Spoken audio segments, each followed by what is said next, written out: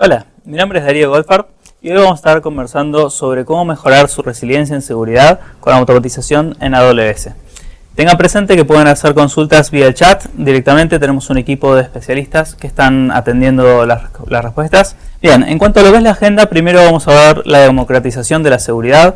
Vamos a hablar sobre cuáles son las principales 10 áreas donde tu equipo de seguridad debe invertir tiempo. Y luego vamos a pasar a respuesta a incidentes utilizando distintos mecanismos. Y también finalmente vamos a hablar de protección de aplicaciones web.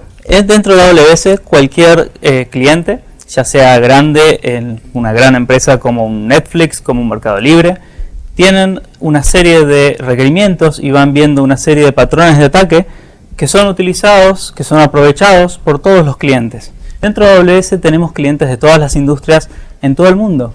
Entonces eso nos ayuda a detectar potenciales incidentes, potenciales caminos de ataque, vectores de ataque que vemos que originalmente surgen dentro de una industria y luego mutan a la siguiente. Sin embargo, cuando fue orientado hacia la primera, ya tomamos acción, ya imbuimos esa inteligencia dentro de los servicios y ya brindamos esa capacidad para que todos los clientes de AWS se beneficien. Bien, cuando hablamos de que la escala de la nube es el valor, siempre tenemos que tener presente también de que la seguridad no es solamente la confidencialidad, que es lo primero que nos viene a la mente, sino también tiene que ver con la disponibilidad y la integridad, la durabilidad de los datos.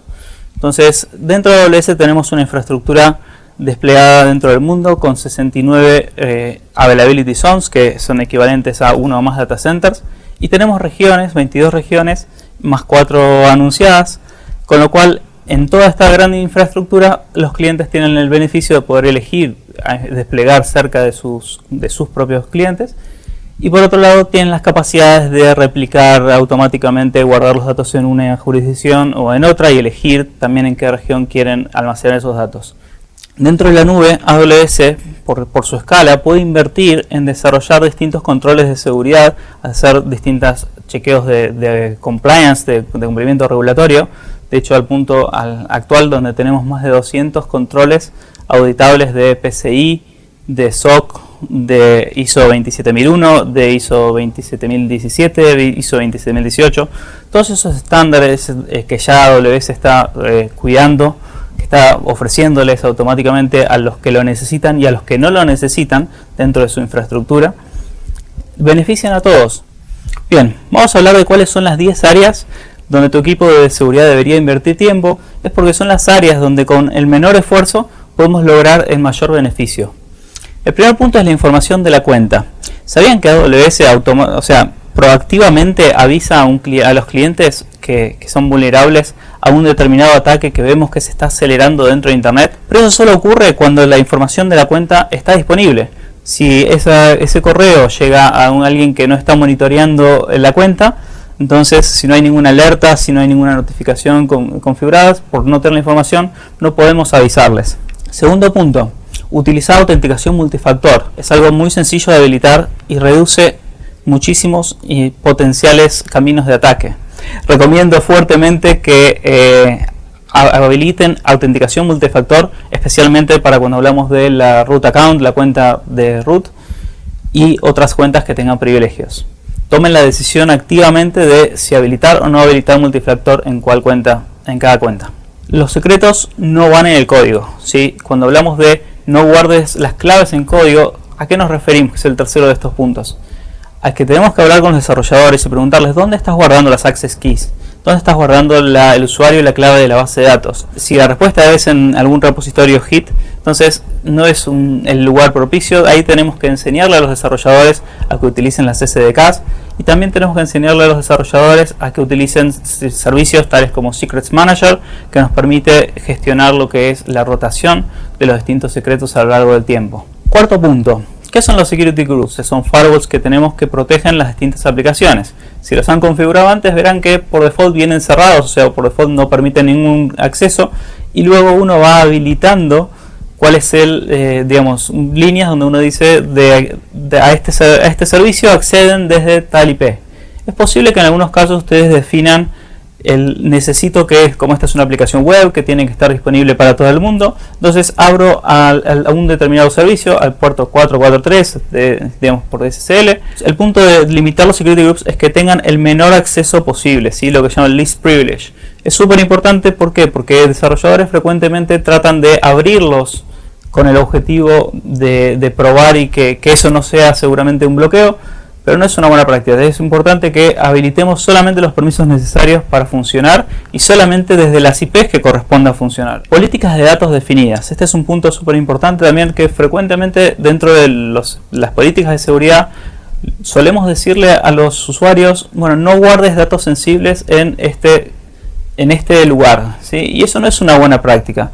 Una mejor práctica es decirle a la gente, si tenés un dato sensible de tal tipo, almacenalo en tal lugar. De esa manera, cuando somos proactivos y cuando le indicamos dónde es que debe guardar esa información, ayuda a que el cliente, el usuario, no defina simplemente un lugar tal vez que sea peor que el que estaba queriendo utilizar originalmente. Bien, el sexto punto es centralizar los registros de CloudTrail. Y esto es en líneas generales cuando hablamos de logs. Primero, ¿están prendidos? Es súper importante generar los logs. Hoy en día ya no hay excusa dentro de la nube para no retener los logs, porque realmente tenemos servicios de almacenamiento en la nube donde uno puede establecer los primeros 30 días los guardo en un tier de S3 y luego más hacia adelante logs más viejos los podemos almacenar en servicios más baratos como Glacier, donde tenemos alternativas de $1 por mes por terabyte.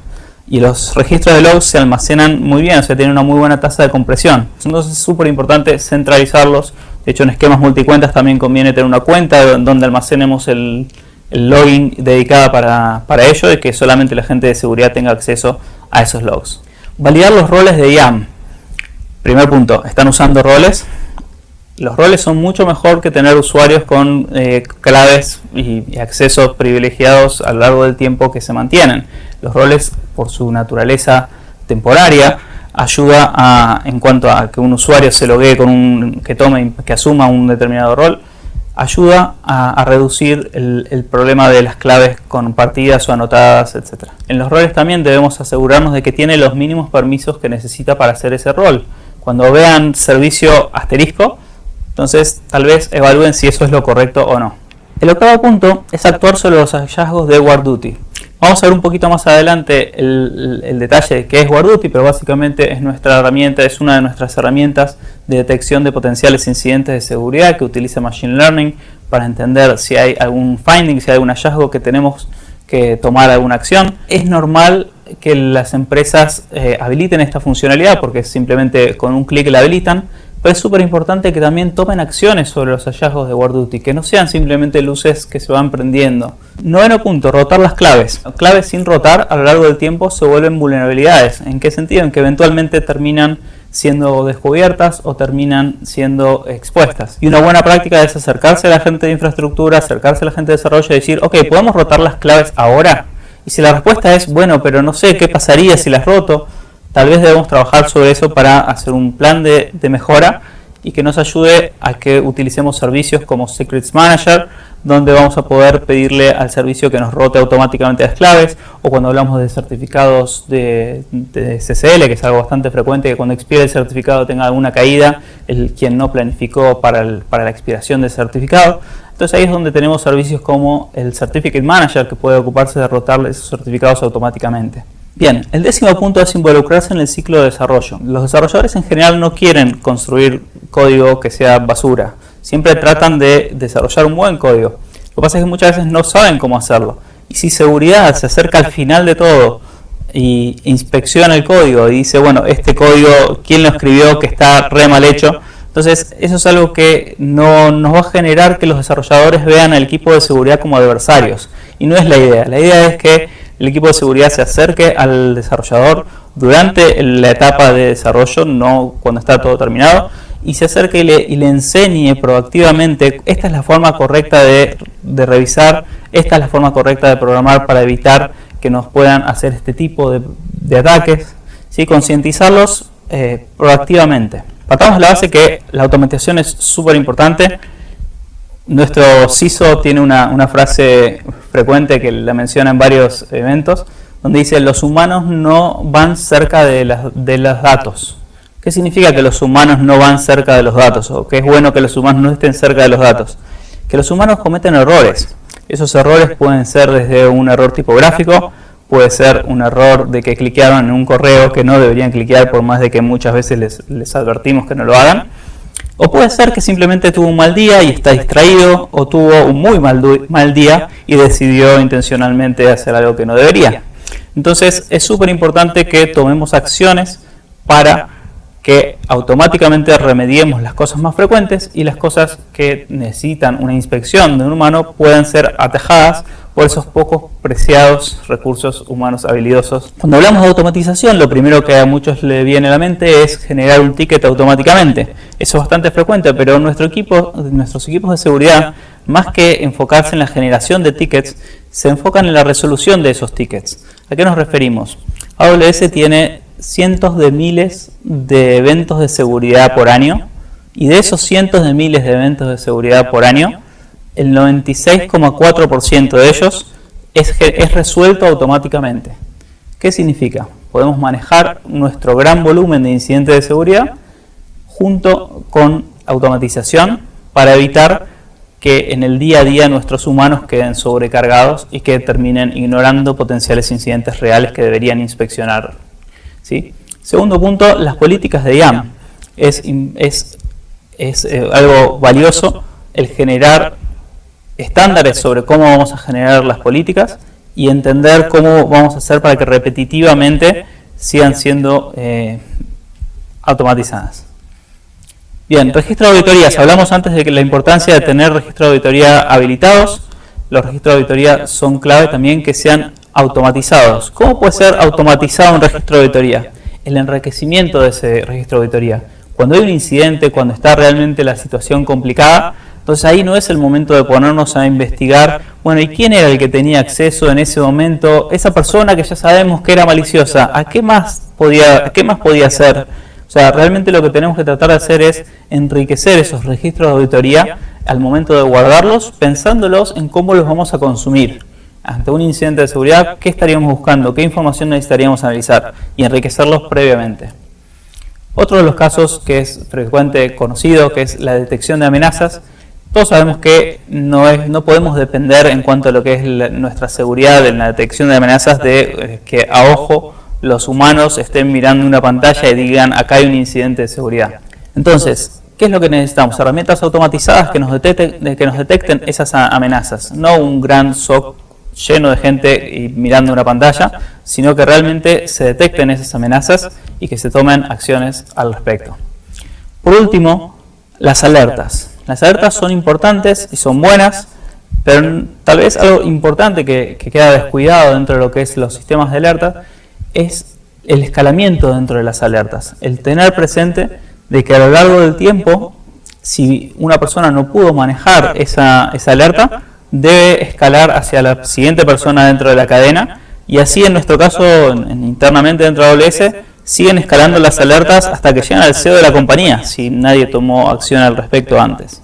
Entonces, punto importante sobre las alertas, asegurarse de que a lo largo del tiempo escalan, ¿sí? Van subiendo. Bien, aquí vamos a empezar en los primeros casos de uso de respuesta a incidente automatizada. La visión general de AWS Security Hub es que va a ser el punto central donde vamos a tener todas las comprobaciones de compliance, todos los hallazgos de WarDuty y los findings que haya hecho Inspector en cuanto a vulnerabilidades que tengamos o posibles exposiciones que tengamos, cualquier finding de información sensible que esté de información personal identificable expuesta que haya hecho Macie o a través de soluciones de terceros que están integradas al Security Hub. Entonces van a llegar todos estos hallazgos y vamos a poder desde el Security Hub tomar medidas. Las medidas pueden ir desde una notificación a alguien, de generar un ticket o tomar acciones automáticas a través de CloudWatch Events. Vamos a hablar de una nueva funcionalidad que recientemente liberamos, el IAM Access Analyzer.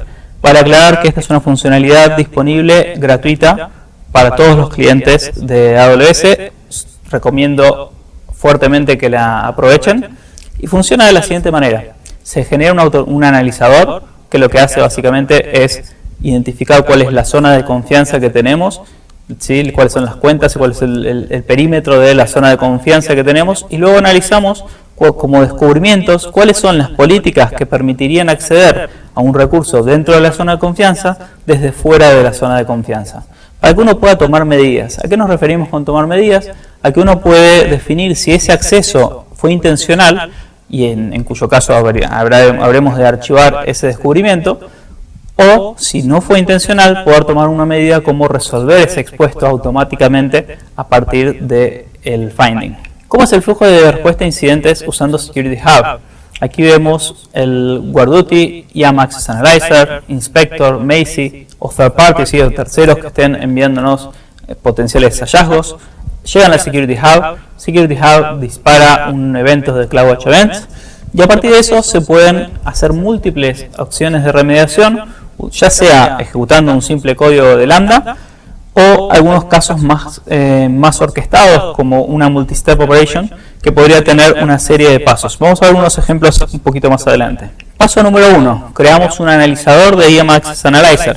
Ahí vemos una región, vemos una zona de confianza donde hay una cuenta, ¿sí? Y vamos a crear ese analizador. Aquí vemos un documento de automatización de Systems Manager, que lo que hace es una de las piezas que estaremos utilizando para esta integración, que tiene un simple código que lo único que está haciendo ahí es básicamente el cerrar el acceso de un bucket de S3, de un almacenamiento de objeto en S3, a través de poner en el valor true el block public ACLs, ignore public ACLs, etcétera, etcétera, etcétera. Cuando hablamos de crear una acción personalizada dentro de AWS Security Hub, aquí vemos cómo tenemos un close S3 bucket, ¿sí? Como una acción que definimos, y esa acción que definimos va a estar ejecutando esa otra acción que vimos en el slide anterior. Adicionalmente a esto, lo que vamos a hacer es generar una regla dentro de CloudWatch Events que diga si llega de Security Hub un finding con un determinado tipo, entonces como acción de automatización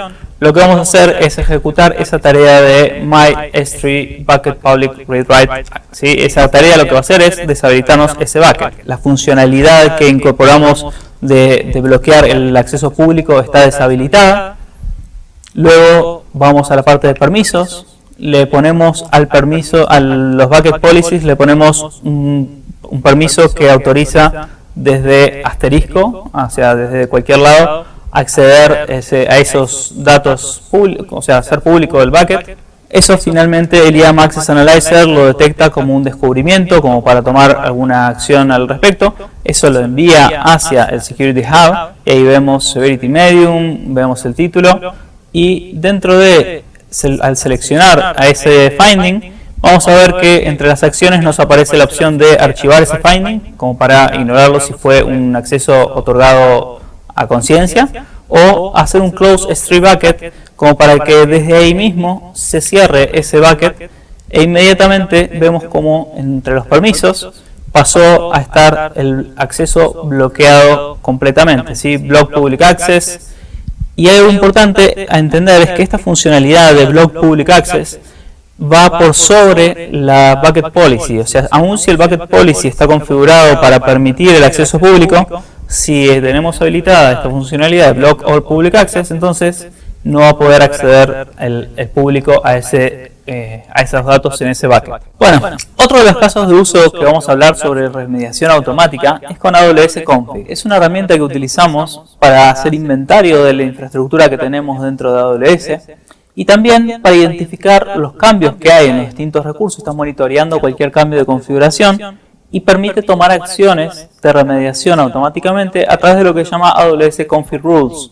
Esas Config Rules pueden disparar alertas, notificaciones a través de SNS, o podrían también mandar a corregir el cambio, ¿sí? O sea, si se aplicó algún cambio que no quisiéramos que ocurra dentro de nuestro ambiente, es algún ejemplo que vamos a ver ahora dentro de unos minutos. El caso de uso que vamos a mostrar es cómo podemos mantener a todos los buckets de S3 configurados para que por defecto estén cifrando la información. Primero vamos a generar una política, que esa política lo que va a hacer es habilitar al role de config a cambiar la configuración para que pueda habilitar esa encripción y para que pueda leer si está habilitada o deshabilitada esa configuración. Luego lo que hacemos es configurar un Trust Relationship, que lo que va a hacer es permitir que tanto el Systems Manager, que es el cual ejecuta la acción de corrección, como el config tengan la capacidad de asumir ese rol. Y luego lo que vamos a hacer es habilitar esa regla de AWS config para que esté monitoreando si algún bucket no tiene la encripción habilitada. Lo que vamos a hacer es configurarle también una regla de remediación.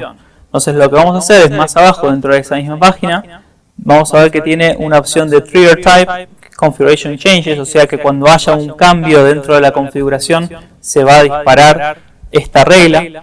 Y lo que vamos a hacer es establecer una acción de remediación. Eso que ven ahí que dice AWS Enable S3 Bucket Encryption es una acción predefinida que viene dentro de AWS Config para rehabilitar esa encripción de S3. Y lo que vamos a habilitar también es la autorremediación. Al tildar el yes, lo que hace es que corrija automáticamente. Luego más abajo, dentro de esa misma pantalla, dentro de la AWS Config Rule, vamos a establecer cuál es el parámetro que queremos mandarle, y luego lo que vamos a mandarle como otros parámetros es el Automation Assume Role. Ahí vamos a poner el nombre de ese rol que definimos, esa política que definimos más arriba, donde tenía permisos para poder habilitar y deshabilitar la encripción dentro de ese bucket. Y luego vamos a establecer cuál es el algoritmo de encripción que queremos utilizar, si ese es el tercero de los parámetros que enviamos. ¿Cuál es el resultado de esta configuración sencilla que armamos? Inicialmente la ejecutamos y va a encriptarnos nos va a cambiar la configuración default de encripción de todos los buckets de S3. Sin embargo, la regla de AWS config, en el plazo de 5 a 15 minutos que toma efecto la acción, que entre que lo detecta CloudTrail y que lee el cambio y que toma la acción de remediación, y luego finalmente vamos a ver que el resultado final es que hay una encripción configurada nuevamente. Entonces aquí vemos cómo podemos armar infraestructuras que se arreglen a sí mismas en caso de que alguien cometa un error de este estilo, como quitarle la encripción. Vamos al siguiente caso de uso. Automatización de la respuesta de incidentes de seguridad utilizando WarDuty, CloudWatch Events y Lambda. Habíamos hablado de que WarDuty era una herramienta que utiliza Machine Learning y utiliza fuentes de inteligencia como para detectar potenciales incidentes de seguridad automáticamente, y lo único que tienen que hacer para habilitarlo es un clic de un checkbox. Las fuentes de datos que utiliza WarDuty son los VPC Flow Logs, o sea, la metadata sobre el tráfico de red, los DNS Logs, o sea, los pedidos a los DNS, y los CloudTrail, que básicamente son los cambios que hay dentro de la infraestructura de AWS. Utilizando esa información, Amazon WarDuty lo que va a hacer es disparar allá eventos de Amazon CloudWatch Events, ¿sí? Y esos van a ser, por ejemplo, eventos como estamos viendo que hay un reconocimiento que está haciéndose desde una instancia, estamos viendo que hay un compromiso de una instancia, de una cuenta, estamos viendo que hay minería de criptomonedas, ¿sí? O estamos viendo que hay una máquina que fue infectada con un malware y está utilizando la red de Tor como para conectarse hacia un command and control. Entonces, la acción de respuesta que vamos a tomar podría ser aislar una instancia reemplazándole el security group, que es el caso más sencillo, digamos, que lo vamos a mostrar ahora en los siguientes slides. ¿Sí? O sea, lo que vamos a hacer es aislar esa instancia de modo tal de que no tenga acceso a servir contenidos productivos, o sea que está infectada. Y por otro lado, vamos a ver que también otra cosa que podría hacer es eliminar esa instancia, ¿sí? O aislarla y quitarla del autoscaling group, como para que el autoscaling group me esté generando una nueva instancia.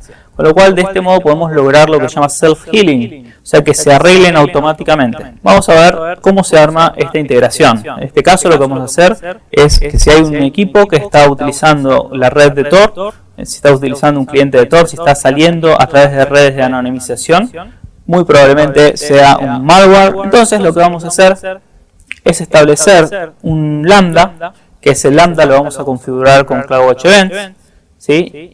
Y este lambda lo que va a estar haciendo es quitar los security groups actuales y reemplazar el security group por un security group que estamos enviando ahí como parámetros. Si ven donde dice os.environment quarantine SKI. Esta variable, digamos, del ambiente que le enviamos con cuál es el security group que le enviamos a la función, lo que va a hacer es que solamente las personas que tienen permisos desde la IP que autoriza ese security group pueden acceder a esta instancia que está en cuarentena.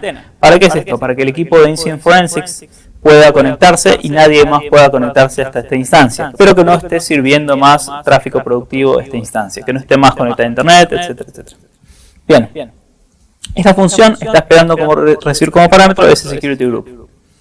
Aquí vemos el hallazgo dentro de WarDuty. Vamos a ver cómo hay una conexión con Tor Client. Vamos a ver un Resource ID, ahí se puede cliquear sobre la instancia y ver cuál es la instancia que está afectada. Y ahora vamos a ver cuál fue la acción que ejecutó ese script que habíamos mencionado. Originalmente tenía un security group DMZ-GD y automáticamente al detectar ese finding de WarDuty, automáticamente le cambió el security group poniéndole el Forensics Group. Entonces el Forensics Group está todo cerrado excepto para la IP desde donde está la terminal de Incident Forensics, con lo cual contenemos la amenaza automáticamente. Y esto es solamente un ejemplo sencillo en interés del tiempo, pero podría ser un plan de respuesta a incidentes bastante más complejo, como lo que vemos aquí, donde WarDuty está inspeccionando el tráfico, está inspeccionando el comportamiento, hay una instancia que se infecta, esa instancia que se infecta, lo que hacemos es generarle un snapshot para tener por forense como un backup de la instancia con el malware instalado, agregamos etiquetas que permiten controlar el acceso de IAM para que solamente la gente de Incident Forensics pueda tocar esa instancia, modificamos los security groups, quitamos a la instancia del autoscaling group. Eso lo que va a hacer es que automáticamente el autoscaling group nos regenere la instancia que falta, ¿sí? Y vamos a habilitar el acceso desde alguna virtual desktop, como por ejemplo desde Workspaces, para que puedan hacer esa inspección, y vamos a enviar una notificación vía email o hacia un equipo de SIEM. El siguiente tema es el tema protección de aplicaciones. Cuando hablamos de proteger esas aplicaciones, hay dos grandes funcionalidades que tenemos para presentarles, que es el AWS WAF, el Web Application Firewall de AWS, que recientemente incorporó una nueva capacidad que son las reglas gestionadas, que ya están disponibles en la consola. Nuestro nuevo WAF V2 lo que permite es habilitar esas reglas que ven en pantalla y que se van actualizando y que se van mejorando a lo largo del tiempo por el propio equipo y por la propia inteligencia de AWS, pero adicionalmente también tienen la posibilidad de incorporar reglas provistas por terceros, con lo cual tienen lo mejor de los mundos entre lo que sabe AWS y lo que saben los terceros. Y por otro lado, cuando hablamos de la escala de la nube es un gran valor, bueno, este es un punto clave donde se ve la escala de la nube. Cuando hablamos de mitigación de denegación de servicio, la herramienta que tenemos disponible es AWS Shield. Y AWS Shield tiene dos sabores, uno estándar y uno avanzado. El estándar está disponible para todos los clientes de AWS sin costo adicional. Eso implica que la herramienta está habilitada, ¿sí? Y da mitigación de ataques de denegación de servicio, capa 3, capa 4, sin floods. Hay distintas acciones de detección y de mitigación que son automáticas y vio todo. ¿Sí? Al ver distintos tipos de ataques que va recibiendo todos los clientes de AWS en el mundo, va mitigando y va mejorando su capacidad de mitigación. Y cuando hablamos del Shield Advance, lo que le ofrece adicionalmente es un servicio de pago, que el servicio de pago lo que les ofrece adicionalmente a lo que tienen todos en el Shield estándar es la protección contra ataques más avanzados, cuando hablamos de ataques de capa 7 combinados con denegación de servicio, cuando hablamos de tener acceso a un equipo de respuesta a incidentes de AWS que atiende 24/7 y que se va a contactar con ustedes en caso de que haya un ataque de denegación de servicio a su infraestructura. También ofrece protección de costos en cuanto a que cualquier infraestructura que haya escalado como consecuencia de una denegación de servicio, entonces esa diferencia en la factura de AWS estaría protegida o compensada o devuelta por AWS como para que no sufran el ataque económico de un denial of service. Y por otra parte, les va a ofrecer mejor monitoreo y mejor visualización. Y por último, para terminar, me gustaría comentarles de que hay un gran aliado que tienen todos los clientes de AWS, que es el Trusted Advisor. El Trusted Advisor aconseja a los clientes en 4 pilares, uno de ellos que es el que nos compete, seguridad, ¿sí? Avisándonos cuando tenemos un root que no está utilizando Multifactor Authentication, o cuando tenemos bases de datos que están en riesgo, cuando tenemos alguna cuenta que no tiene habilitada la auditoría o cuando tenemos un security group que está completamente abierto. Esta es una herramienta súper útil como para darse cuenta rápidamente si alguna de las cosas centrales en seguridad las tienen configuradas de modo no recomendable. Muchas gracias por atender a este seminario. Nuevamente les recuerdo, hay un equipo de respuesta a las preguntas que va a estar atendiendo. Les agradezco haber participado en el webinar de hoy. Muchas gracias.